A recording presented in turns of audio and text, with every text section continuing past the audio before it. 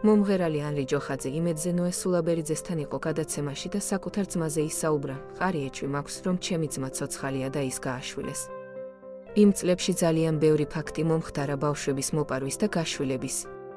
ბოლო დროს ხალხი ამაზე ღიად ალაპარაკდა.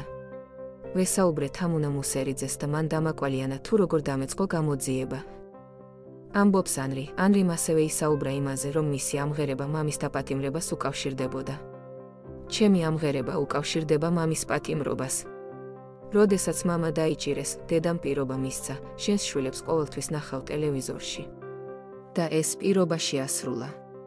ჩვენ სულ მონაწილეობდით საახალწლო სატელევიზიო გადაცემებში და მამა გვიყურებდა, მანამ სანამ პირადად გავიცნობდით. Tredi.com, ქართული სოციალური ქსელი.